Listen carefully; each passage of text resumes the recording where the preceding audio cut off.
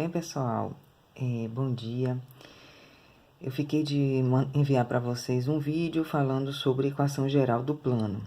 Só relembrando, depois que trabalhamos com a equações da reta, vimos a equação vetorial de um plano, né? Então, dado aqui um plano, vimos que era necessário conhecermos um ponto desse plano, dos vetores linearmente independentes e que possuíssem representantes nesse plano. E dado esse ponto qualquer aqui do plano, nós temos que o que ocorre é que os vetores px, u e v podem ser combinados linearmente, né? Então, existe uma combinação linear, ou seja, px é um número real vezes o vetor u mais um número real vezes o vetor v. Dessa combinação linear, tiramos essa equação aqui. Então, x, que é o ponto genérico desse plano, é igual a um ponto conhecido deste plano, mais uma soma de vetores. Esses vetores estão previamente multiplicados por h e t, respectivamente, onde h e t são os parâmetros e são números reais aqui no nosso caso. Daí nós temos as equações paramétricas, ou seja, basta conhecer as coordenadas desse ponto, deste e desses dois vetores.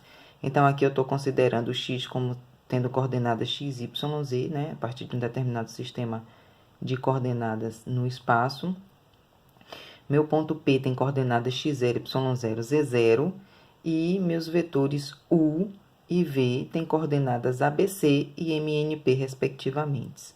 Com isso, fazendo a substituição aqui, aplicando a distributiva nesse produto de número real por vetor, nesse aqui também, fazendo a adição de vetores, depois adição de ponto com vetor, que nos dá um ponto, e por fim, igualdade de pontos, nós ganhamos esse sistema aqui, tá? Que são as equações paramétricas desse plano π. E agora, nós vamos determinar a equação geral. Então, para isso, novamente, eu vou trabalhar com sistema de coordenadas no espaço, tá certo? Esse plano π, passando por um ponto P, é que nem essa figura que eu tinha colocado aqui inicialmente, tá? Esse ponto P tem coordenadas x0, y0, z0. E esse plano, ele é paralelo aos vetores LI, ou seja, os vetores são inicialmente LI, e eles possuem representantes no plano π, também como estão aqui representados nessa figura, tá? U e V. Então, U eu estou considerando com coordenadas RST e V com coordenadas MNP. Então, o que que acontece? O ponto genérico, né, X, de coordenadas x, y, z, ele vai pertencer ao plano π somente se os vetores u, v e px são coplanares, exatamente como está aqui. Eu tenho u, v, se eu ligar p a x, esse x está no plano, então os três vetores estão representados no mesmo plano, logo eles são coplanares. A gente já viu que vetores coplanares, três vetores coplanares, são linearmente dependentes. E vimos também que o produto misto de três vetores coplanares é zero. Então, lembrando que isso aqui é o produto misto. E o produto misto, ele é definido como sendo o produto escalar entre o produto vetorial dos dois primeiros e o último, tá certo? Então, eu tenho o vetorial V escalar Px. Como eu quero que esse produto misto seja zero, né? Porque, como eu quero não, esse produto é zero pelo fato dos vetores serem coplanares. Então, isso aqui é zero. E eu não conheço o vetorial V. Então, eu vou considerar o vetorial V com essas letras. Não dá para a gente fazer aqui as contas, porque eu estou trabalhando genericamente. O meu vetor U, ele tem coordenadas RST e o meu vetor V tem coordenadas MNP. Então, agora eu vou considerar o vetorial V como sendo ABC, tá certo? Px, a gente sabe que é extremidade menos origem. Então, tá aqui. E eu só não coloquei ele aqui já, mas dá pra gente fazer os cálculos, né? Extremidade x menos origem P. Quem é meu x? Meu x tem coordenadas x, y, z. E meu P, né, tem coordenadas x0, y0, z0.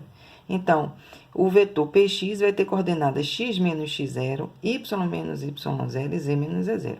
Enquanto o vetorial v eu considerei aqui em cima como sendo o ABC. Então, esse produto escalar é igual a zero.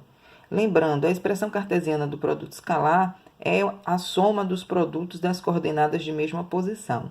Então, eu tenho A multiplicado por x menos x0, mais a segunda coordenada aqui, B, multiplicada pela segunda coordenada, que é y menos y0, e mais C, que é a terceira coordenada, multiplicado pela terceira coordenada daqui, que é z menos z0. Então, essa conta aqui é toda igual a zero, tá certo?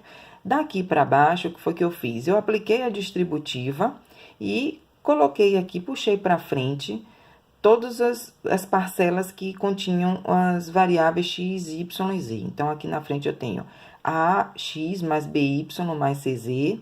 E aí, na hora que eu faço a distributiva, note que eu vou ter um menos aqui, né? Menos a vezes x0, menos b vezes y0, menos c vezes z0. Coloquei esse menos em evidência e fiquei com essa soma aqui entre parênteses, tá certo? E daí, eu tenho que... Aqui eu posso reescrever essa equação toda dessa forma. Ax mais by mais cz mais uma constante, um número real. Conhecido. Por que conhecido? Porque eu conheço o ABC, já que são as coordenadas do meu vetor, o vetorial V, e conheço x0, y0, z0, que são as coordenadas do meu ponto conhecido, que eu chamei de P, tá certo? Então, daqui, quando a gente estiver trabalhando com números, esse A, B, C e D vão aparecer como números mesmo. Essa equação só tem como variáveis x, y e z, tá certo? Então, esse D é esse número aqui. Eu preciso saber que D é isso, por quê? Porque esse plano aqui, ele é determinado quando eu conheço um vetor, que a gente vai definir já já como sendo vetor normal, e um ponto conhecido deste plano, ok? Então, essa equação aqui é chamada de equação geral do plano π, ok? Então, o que nós temos mais, né? Um vetor não nulo, ele é normal a um plano se e somente se ele é ortogonal a todos os vetores que possuem representantes nesse plano. Então, a gente indica esse vetor normal ao plano π como sendo esse aqui, ó, nπ. Então, se eu tiver um plano alfa, eu vou representar como n-alfa. Se eu tiver um plano beta, eu vou representar como n-beta, ok? O que a gente pode observar? Que os coeficientes, né, ABC daquela equação geral que a gente acabou de colocar, eles correspondem às coordenadas de um vetor normal. Por que isso? Porque note que como foi que eu ganhei aquele ABC? Eu ganhei o ABC fazendo o vetorial V. E o vetorial V, ele é um vetor simultaneamente ortogonal a U e a V. Nós estudamos isso, né, quando começamos a trabalhar com um produto vetorial entre dois vetores, tá? Então, esse vetor, o vetorial V, que eu chamei de ABC, é um vetor normal ao plano. E na equação geral, só voltando aqui, na equação geral, eu tenho o A, o B e o C aqui. Então, esses coeficientes de x, y, z são as coordenadas de um vetor normal ao plano. Falo um porque, lembrando, nós temos todos os múltiplos também são vetores normais. Então, eu tenho infinitas possibilidades aí, tá certo? O que a gente pode observar também é que se eu conheço a equação de π na forma paramétrica ou na forma vetorial, certo? Basta que eu faça o produto vetorial desses dois vetores diretores, tá certo? Para obter esse vetor normal. Exatamente como eu tinha feito antes. Lembra? Eu achei o vetor ABC como sendo o vetorial V e o vetorial V eram os vetores diretores do plano. Então, um exemplo aqui, determinar uma equação geral do plano alfa que passa pelo ponto A e é paralelo a esses dois vetores aqui. Então, como eu quero determinar a equação geral, eu preciso, né, de um vetor que seja ortogonal ao plano. E esse vetor eu posso considerar como sendo o vetor U vetorial V. Então, eu vou fazer esse cálculo, tá? Então, eu vou fazer aqui, ó, U vetorial V. Como é que eu faço isso? Eu vou usar a regra prática, vou colocar aqui as coordenadas, né, desses dois vetores. Vou repetir aqui a primeira coluna. repetir a segunda coluna, cancelar aqui a primeira e calcular os determinantes dessas matrizes 2 por 2, né? Então, esses determinantes são 2 mais 1, certo? A primeira coordenada aqui, 2 mais 1, vírgula. Eu tenho aqui menos 1 vezes menos 1 vai dar 1, menos 0, certo? E a última coordenada eu tenho 0 e aqui mais 1 que muda o sinal, né? Então, esse vetor é o vetor 3, 1, 1. Então, esse é o meu vetor, o vetorial V. Então, ele vai servir para mim como sendo o vetor normal ao plano alfa que está sendo pedido aqui, tá certo? O N alfa eu posso considerar exatamente esse ou qualquer múltiplo dele, tá certo? Beleza, então, a equação de alfa vai ser, lembra do ABC? Então, aqui é meu A, aqui é meu B, aqui é meu C. Ele faz esse papel aqui, Ele faz o papel do A, faz o papel do B, faz o papel do C. Então, naquela minha fórmula de AX mais BY mais CZ mais D igual a 0, eu vou ter 3x mais 1 vezes Y, então mais Y, mais 1 vezes Z, mais E, mais D igual a 0. Ora, eu não posso terminar assim, porque eu preciso saber quem é D. Não posso terminar dessa forma, tá? D tem que aparecer na minha equação como sendo um número mesmo, um número real. Então, para isso, eu vou usar essa hipótese aqui, que o A pertence a esse plano, que eu não usei essa hipótese ainda, tá certo? Então, uma vez que o A pertence a π, não, desculpa, a gente está chamando esse plano aqui de alfa. Então, uma vez que A pertence a alfa, as coordenadas de A devem satisfazer a equação de alfa. Então, o que é que eu vou fazer? Isso implica aqui. No lugar de x, y e z, eu vou colocar as coordenadas de A, tá certo? Que são 1, menos 2 e 3, respectivamente. Então, aqui vai ser vezes 1, vezes menos 2, vezes 3, ok? Então, o que vai acontecer aqui, Eu vou ter 3 menos 2 mais 3 mais D igual a 0. Então, isso implica que aqui eu tenho 6 menos 2, 4. Então, D é igual, passando 4 para cá, D é igual a menos 4. E aí, eu volto para essa equação aqui para substituir o valor de D.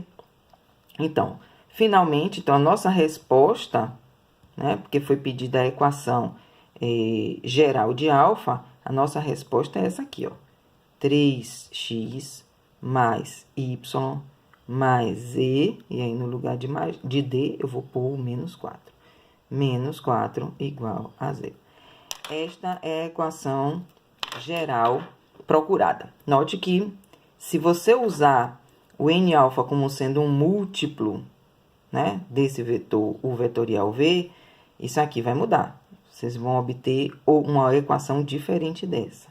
Porém, a equação que vocês vão encontrar vai ser totalmente multiplicada por esse número que você vai utilizar para multiplicar esse vetor aqui, tá certo? Nós veremos isso em posições relativas entre dois planos, quando estivermos tratando sobre planos coincidentes. E aí a gente vai verificar a relação entre equações de planos coincidentes. Ok, pessoal? Então, desejo um ótimo final de semana e a gente se vê na segunda-feira. Tchau!